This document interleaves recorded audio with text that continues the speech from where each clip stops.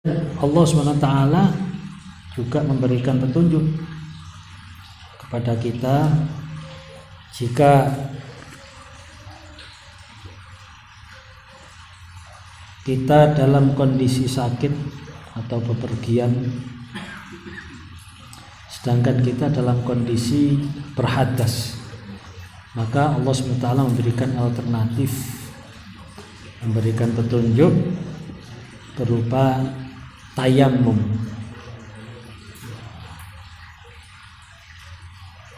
Wa in kuntum marda aw ala safarin, wa in kuntum marda aw ala safarin, ai maridun yaduruhul ma, sakit yang sekiranya akan membahayakannya air,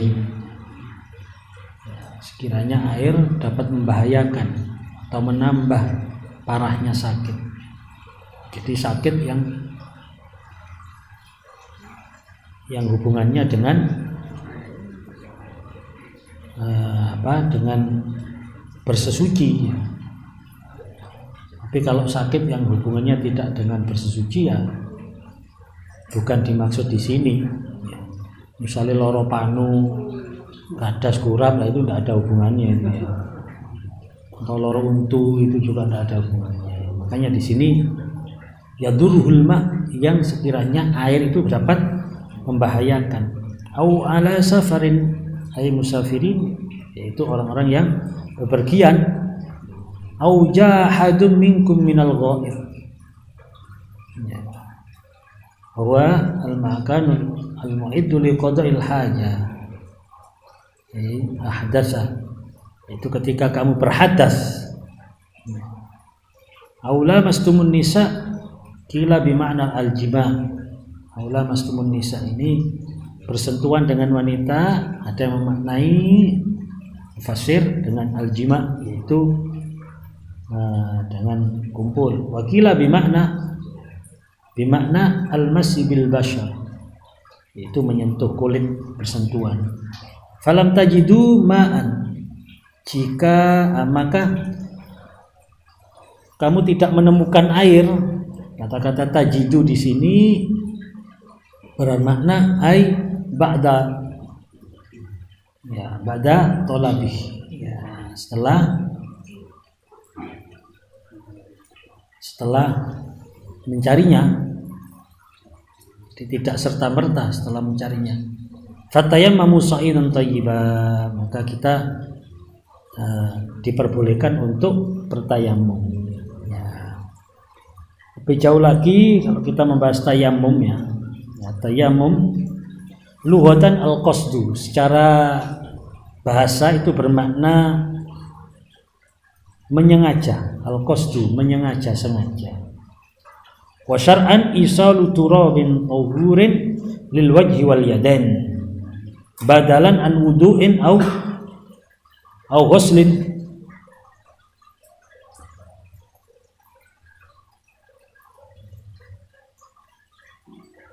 yaitu secara syariat, yaitu mendatangkan debu suci ke wajah dan kedua tangan, lil wajhi wal yadain, ya, badalan sebagai ganti, an wudu'in au ghuslin, sebagai ganti dari wudu dan mandi besar. Jadi ketika kita berhadas kecil maupun hadas besar, dan ketika kita tidak menemukan air, maka diperbolehkan kita melaksanakan tayammum sebagai pengganti wudu dan mandi besar. Syarat-syarat tayammum itu ada 5 kalau kita membaca kitab-kitab fikih tentang tayammum. Wa syaraitu tayammum khamsatu asya', syaratnya tayammum ada 5. Ahaduha, yang pertama adalah wujudul udri bisafarin au maradin, adanya udur, sebab perjalanan atau sakit. sebab perjalanan atau sakit. Udzur di sini adalah udzur menggunakan air, perjalanan tidak mendapatkan air, atau ada air tapi menjadi udzur itu karena air terbatas dan untuk kebutuhan pokok, misalnya untuk minum, baik minumnya sendiri atau minumnya binatangnya, tunggangannya, misalnya gojaran hanya ada air ini untuk minum, kalau dipakai wudhu bisa-bisa kehabisan bekal air untuk minum, itu namanya juga udzur. Terus wasani, syarat yang kedua adalah dukhulu waqti sholah, masuknya waktu sholat. Artinya tayamum ini la yasihut tayamum laha qabla dukhuli waqtiha, tidak sah tayamum sebelum masuk waktunya. Jadi kalau kita mau sholat duhur tayamum misalnya jam 11 atau sebelum masuk waktu duhur, itu tidak sah. Jadi tayamum itu harus setelah masuk waktu sholat. Wasalis, dan yang ketiga, syarat yang ketiga adalah tolabul ma, itu syarat. Syarat itu sesuatu yang harus dipenuhi sebelum melaksanakan tayamumnya. Mencari air ba'da dukhulil waqti binafsihi au biman adzina lahu fi talabih. Mencari air baik dirinya yang mencari atau memerintahkan orang atau meminta orang untuk mencarikan air.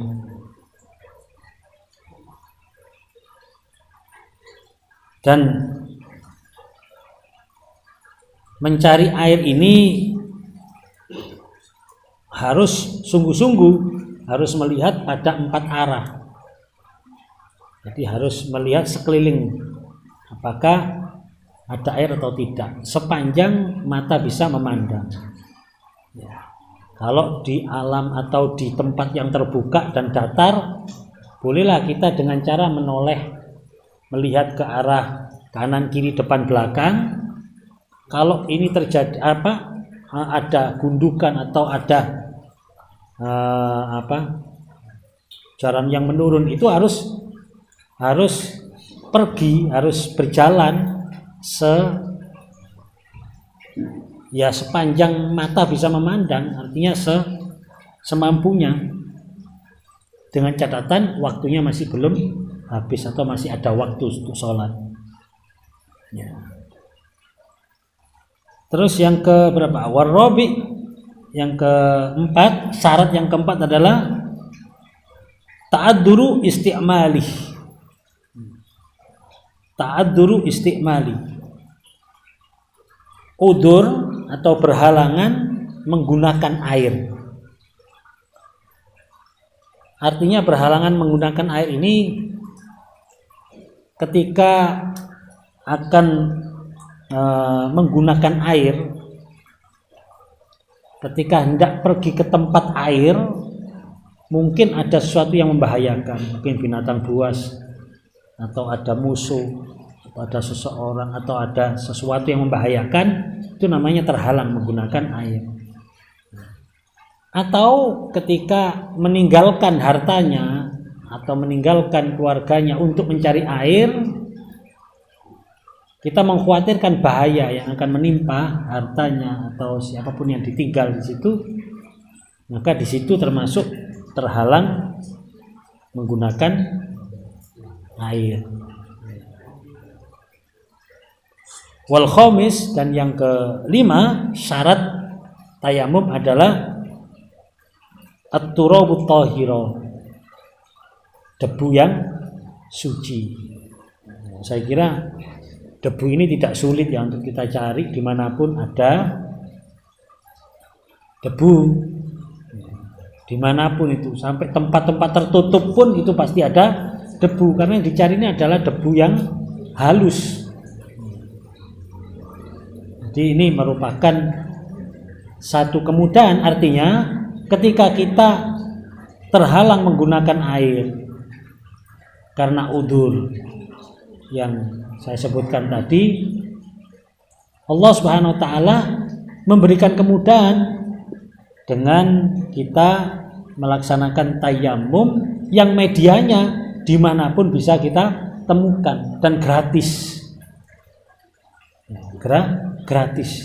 Di debu ini insya Allah tidak ada debu tuku, gratis dimanapun ada. Makanya disebutkan di dalam Al-Quran surat Al-Ma'idah ayat 6 tersebut, ma yuridullahu liyaj'ala 'alaikum min haraj. Allah tidak bermaksud, tidak berkehendak bagi kita itu kesulitan, kesempitan, enggak. Allah memberikan sesuatu yang luas. Dan ingat, dalam bertayamum ini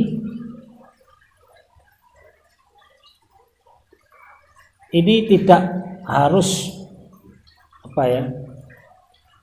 seperti pelaksanaan wudhu.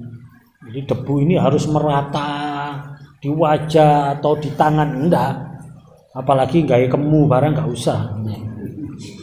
Ini jadi ini simbol saja sebenarnya. Ini simbol. Jadi caranya disebutkan, dicontohkan ya oleh para ulama kita. Ini seperti ini ya. Jadi ini ada debunya ini. Debu diambil, ini dibikinkan supaya tidak tersisa debu yang halus saja. Kemudian wajah ini kita harus roto sampai di wedaan ini jenis itu tayamum. Jadi tidak, ini hanya ya wes cukup bersihkan, cari tempat yang lain. Ini sudah dapat debu ini. Terus sebelah kanan dulu ini ya, seret, terus ini jangan ditepuk ini karena ini masih ada debunya. Sudah selesai sudah. Untuk menggantikan mandi besar, junub, untuk menggantikan wudhu.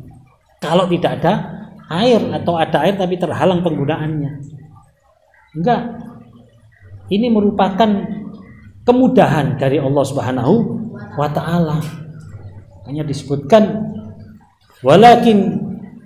walakin yuridu litahhirakum wa liyutimma ni'matahu 'alaikum la'allakum tashkurun.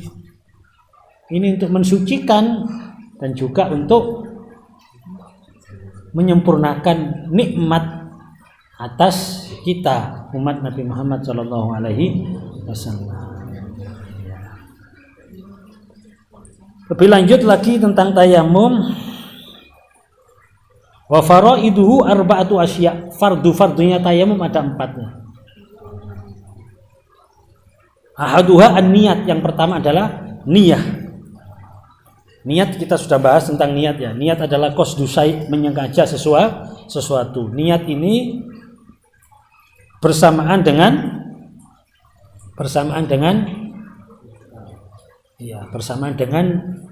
perbuatannya. Jadi ketika kita mengusap ke wajah kita debu ini dibarengi dengan niat, dengan kesengajaan, artinya kesadaran bahwa kita melaksanakan tayamum. Dan diniatkan dalam bertayamum ini meniatkan untuk ibadah wajib dan ibadah sunnah, sehingga kita bisa sholat wajib dan bisa sholat sunnah. Ya. Ketika kita niatkan untuk sholat sunnah saja, maka tidak bisa untuk melaksanakan ibadah wajib. Dan tayamum ini hanya digunakan untuk satu kali ya, untuk satu kali ibadah sholat wajib, dan sunnah bisa beberapa kali.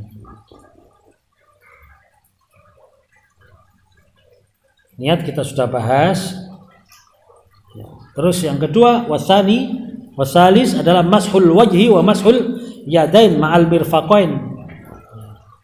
Di sini isarannya juga ada ilal ku'ain Kok itu juga sikut ya.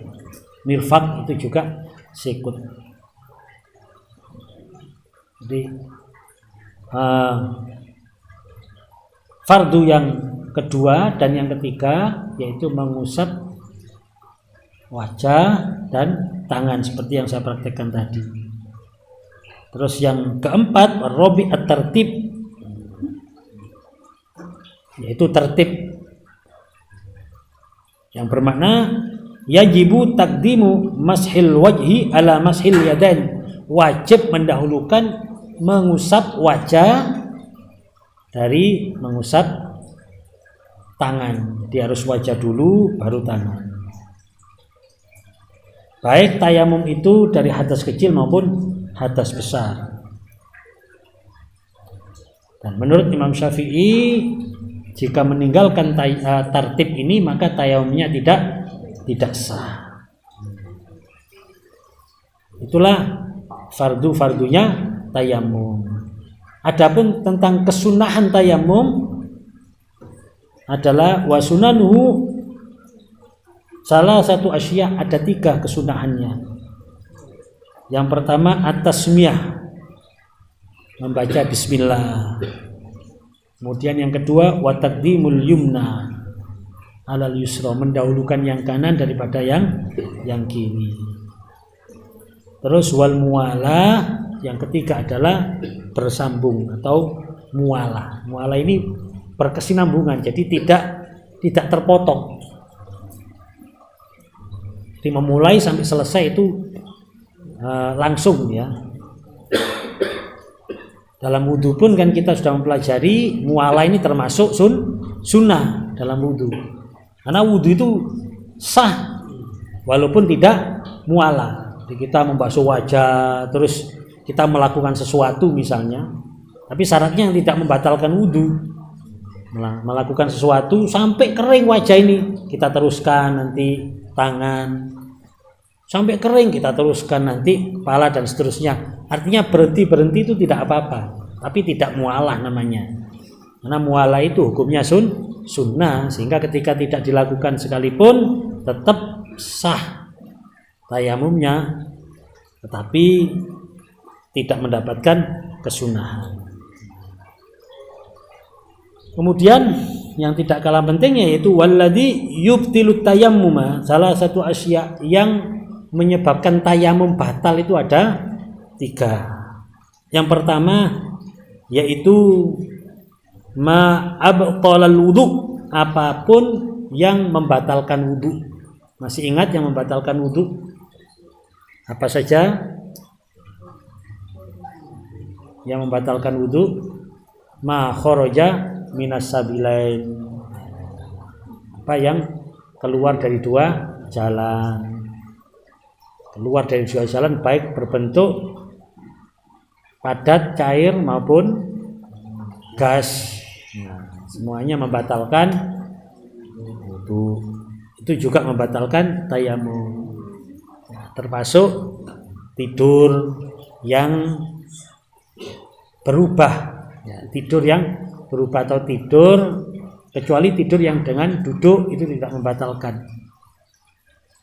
Yang tidak berubah posisinya ketika tidur. Terus yang membatalkan wudu juga bersentuhan dengan lawan jenis yang bukan mahram. Juga termasuk menyentuh dengan telapak tangan atau epek-epek kemaluan, baik kemaluan sendiri maupun kemaluan orang lain, baik kemaluan sejenis maupun lawan jenis, baik kemaluan anak kecil maupun dewasa, baik kemaluan orang hidup maupun orang mati. Ini semuanya membatalkan wudu sekaligus juga membatalkan tayamum.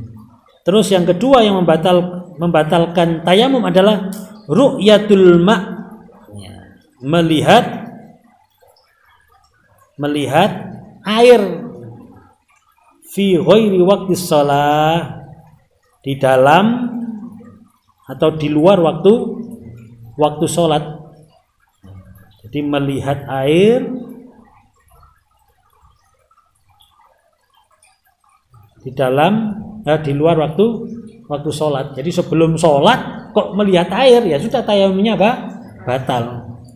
Tapi kalau melihat airnya itu ketika dalam sholat, itu ada beberapa catatan. Kalau tayamumnya ini melihat air ketika dalam sholat. Kalau sholatnya orang yang gugur kewajiban atau yang tidak gugur dalam kewajiban melaksanakan sholat dengan tayamum, seperti sholatnya orang mukim, bukan orang musafir ya. Orang mukim tapi terhalang menggunakan air, terhalang menggunakan air, atau pas tidak ada air di sekitarnya, ketika dalam sholat kok misalnya pas PDAM mati misalnya, pas sholat kok rocok lo urip, ya dia harus batal sholatnya, harus batal. Tetapi kalau di dalam waktu sholat dan orang yang pelaksanaan sholatnya itu tidak gugur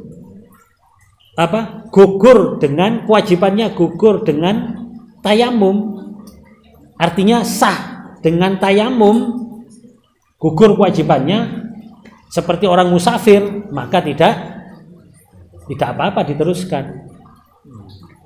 Beda dengan udur menggunakan airnya ini karena sakit, ya sudah, kalau sakit kan delok banyu sik loro ya dia masih terhalang kan, ya tetap dia sah, tidak ada masalah dengan itu.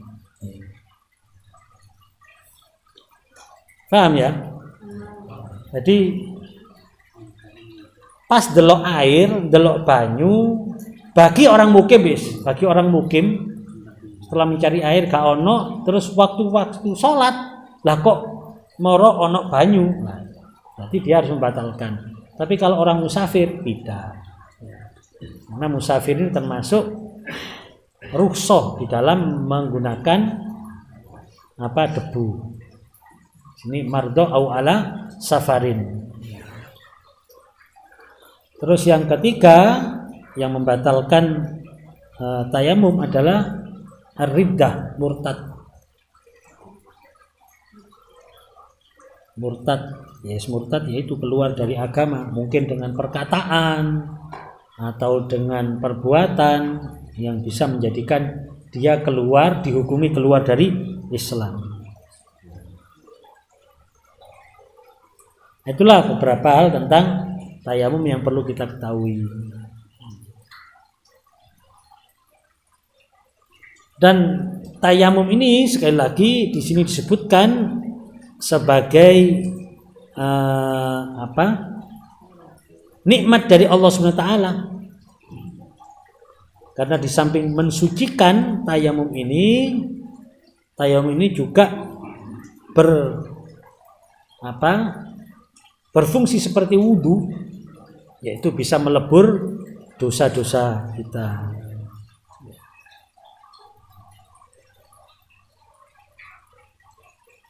Dan ini salah satu dari keistimewaan umat Nabi Muhammad sallallahu alaihi wasallam.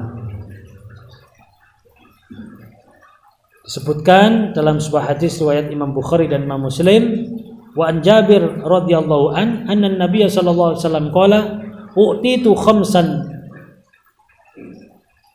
lam yu'tahunna ahadun minal anbiya qabli. Aku diberi 5 hal, kata Rasulullah, yang tidak diberikan, yang belum pernah diberikan pada seorang pun dari para nabi sebelumku. Artinya ini adalah kekhususan umat Nabi Muhammad sallallahu alaihi wasallam.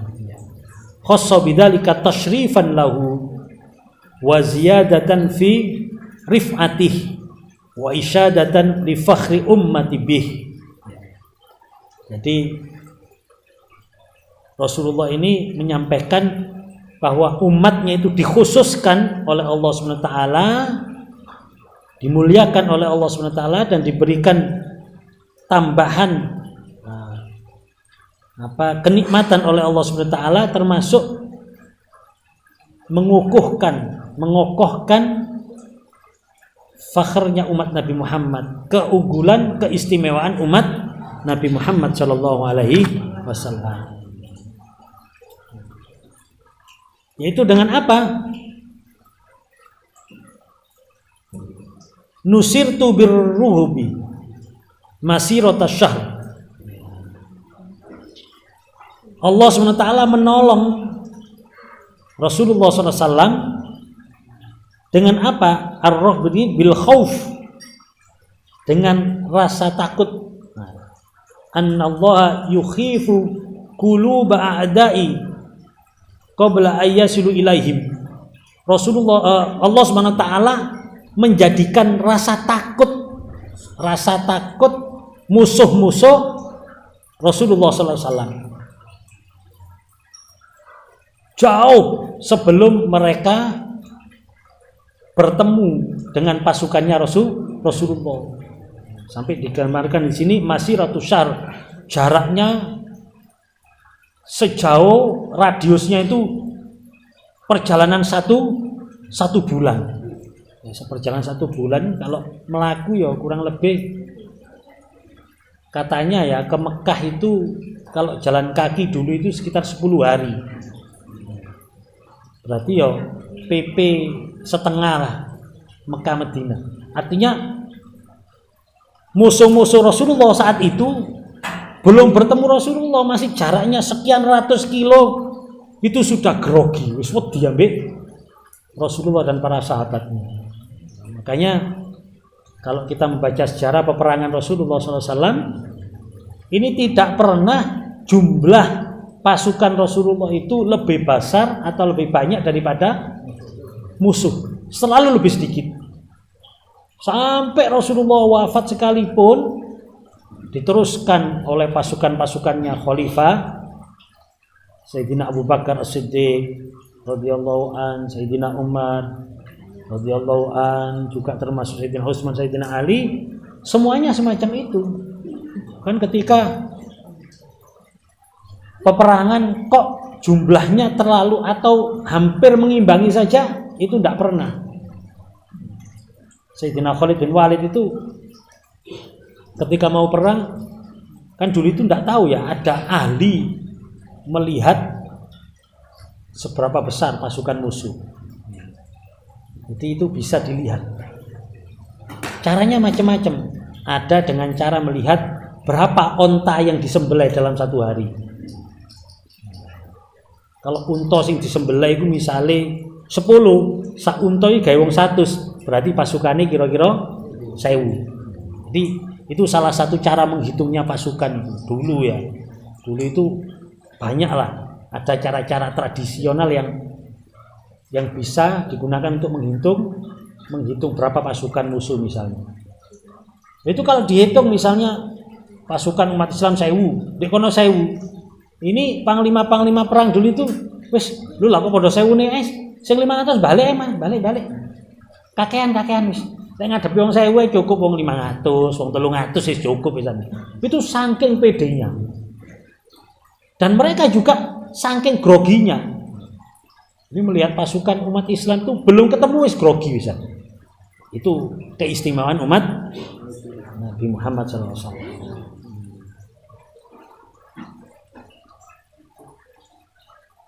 Wa ju'ilat liyal ardu masjidan wa tuhuron, dan dijadikan bagiku al ardu bumi masjidan wa tahuran, sebagai tempat sujud dan suci. Di sini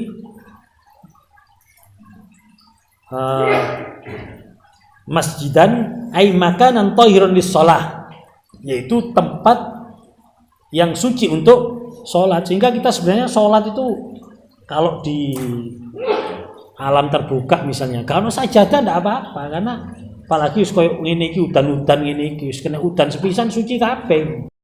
Dimanapun seseorang dari umatku yang menemui waktu sholat, maka sholatlah dimanapun bisa. Jadi kita tidak usah khawatir dengan sholat.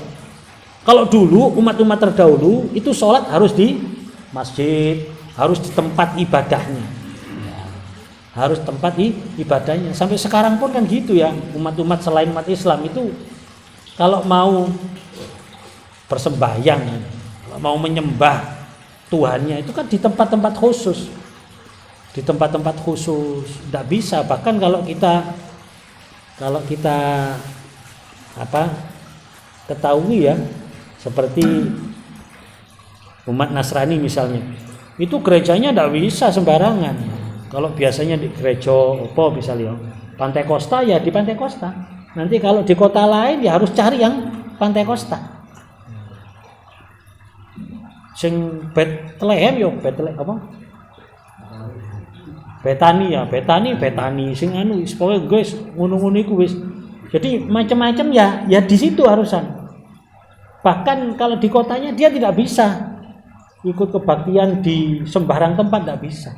Lah kalau kita kan bisa. Misalnya di masjid dia iso, Masjid Muhammadiyah, Masjid NU, Masjid Muhammad NU, Masjid opo sak karepe wis iso.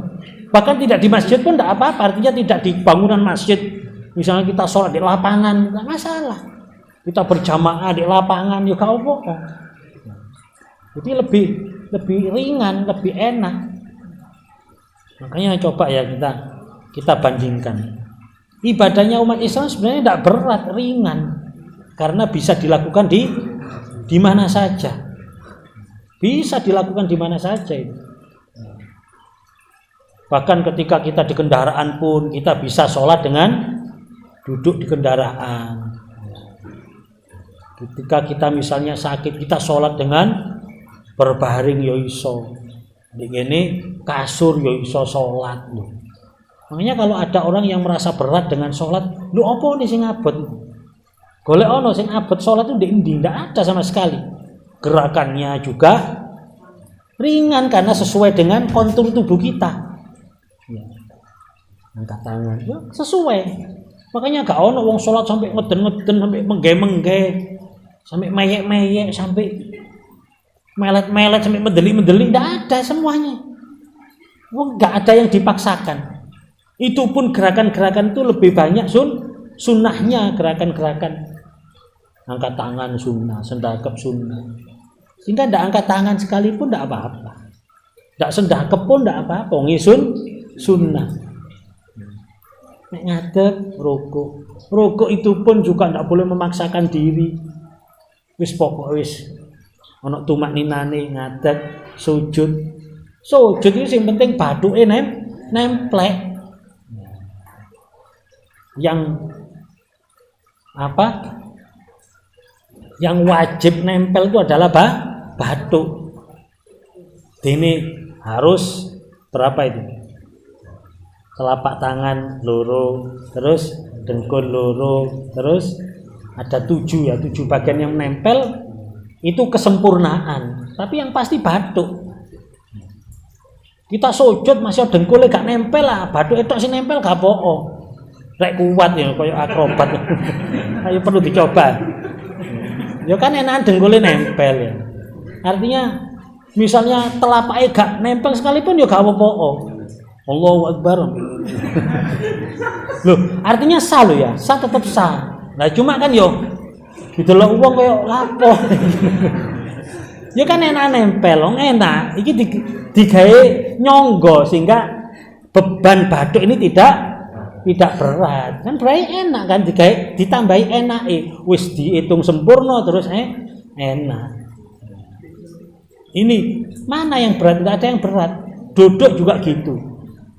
Dengan cara apapun duduk kita itu sudah sah. Kita kan yang kenal kan tawarruk sama iftiros. Tawarruk sama iftiros tok. Padahal itu sunnah semuanya itu. Pokoknya longgo lah mari ya. Misalnya kita tidak bisa duduk tawarruk atau iftiros ya. Tawarruk sama iftiros yang biasanya itu loh sing ini terus sing mlebu ini tahiyat akhir yang duduk awal dan yang akhir ya seperti itulah. Itu sunnah hukumnya. Kalaupun tidak seperti itu, pokoknya longgo. Pokoknya longgo itu sah.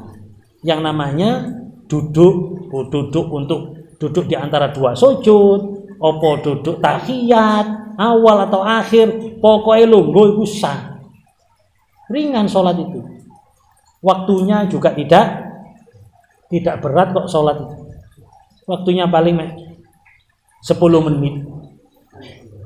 Nom-nomannya tambah cowopet meneh so. Sampai 5 menit mari. Kok cepet leh, apal Bu pisan ini. Loh, kan enggak ada yang berat. Terus opo sing abot? Waktunya juga ada waktu-waktu yang boleh memilih. Ada awal waktu yang afdol, ya. Ada yang boleh memilih di belakangnya sampai batas waktu akhirnya. Itu kan ada. Berarti ringan. Kalau ngene iki salat, sing durung salat isya ya iso ae sampai jam 2, jam 3.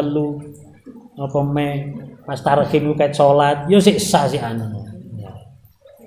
Artinya dari segi waktu sangat longgar sekali. Paling sing rada sempit itu ya subuh sama maghrib itu rada sempit. Tapi yang lainnya itu longgar. Jadi keringanannya itu luar biasa umat Nabi Muhammad ini. Sholat di India iso, waktunya ringan, gerakannya juga ringan. Bahkan gerakannya itu tidak memaksakan diri. Misalnya gak iso ngadeg, kok gak iso gak kuat oleh lunggu gak kuat oleh meluma gak kuat oleh miring meluma, gak iso bahasa awak ya bahasa apa-apane sing soba. Bahkan sampai ketip tok iku lho iso digawe salat kalau memang dia mampunya ketip. Gak ketip yo ndang dipendem berarti selak mambu tenan. Itu kan keringanan. Ayo, makanya kalau ada orang yang merasa berat salat, lho apa nih sing abot? Si abotan nyambut gawe. Si abotan golek koyo. Ini loh paling 5 menit. Sudah pernah kita hitung kan? 5 menit. 5 menit kali 5. Berarti selawi menit, gak nganti sak jam setengah. Gak nganti setengah jam.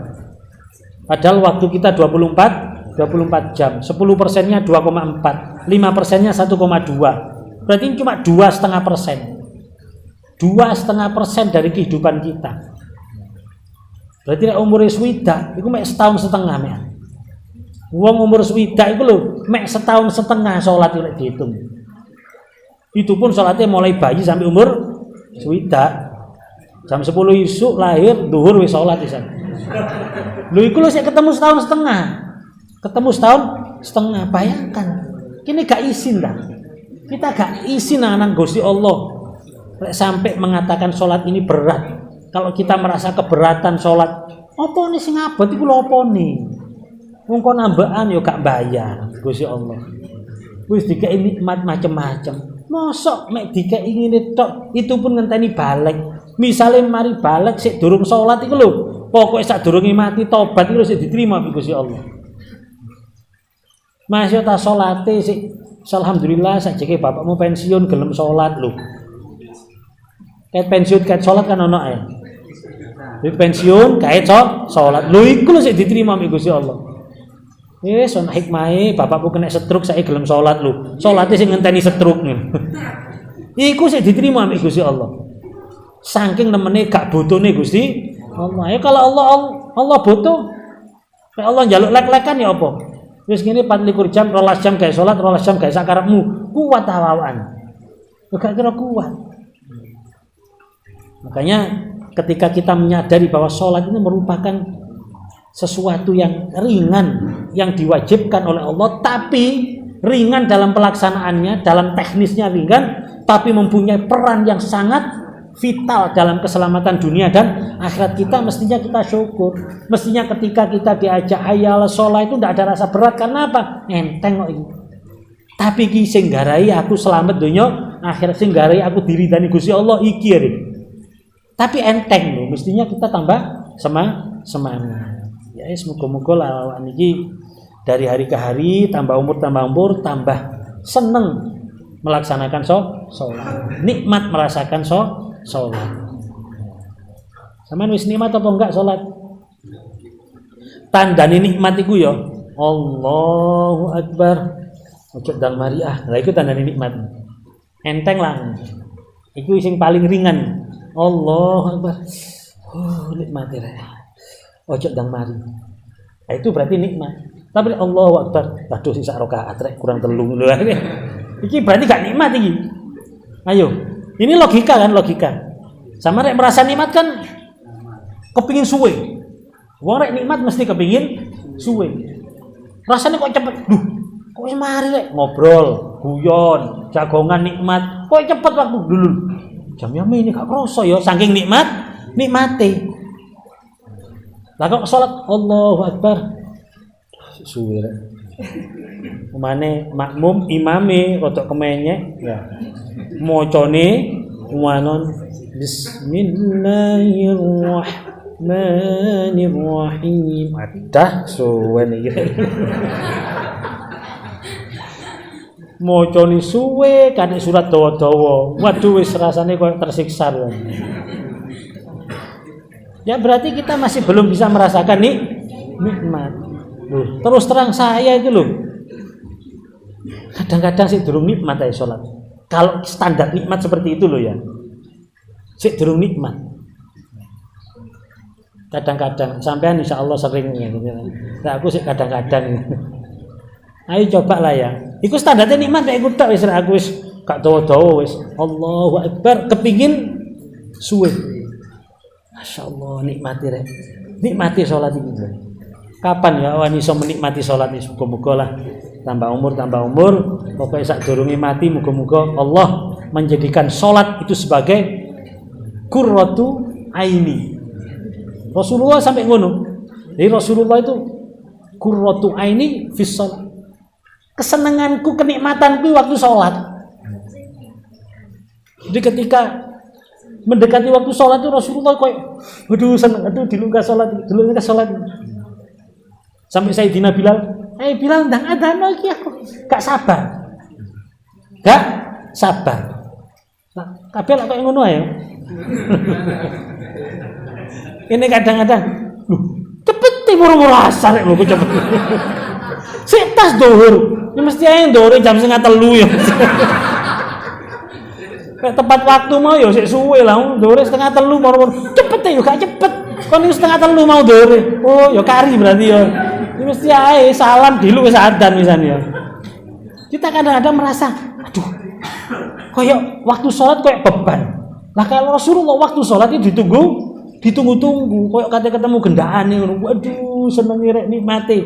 Kapan awak wani iso ngono ya Allah? Semoga-moga sak durunge mati rek dheweke ngono ambek Gusti Allah. Temenan ya. Ini kalau sudah mencapai seperti itu, luar biasa wis.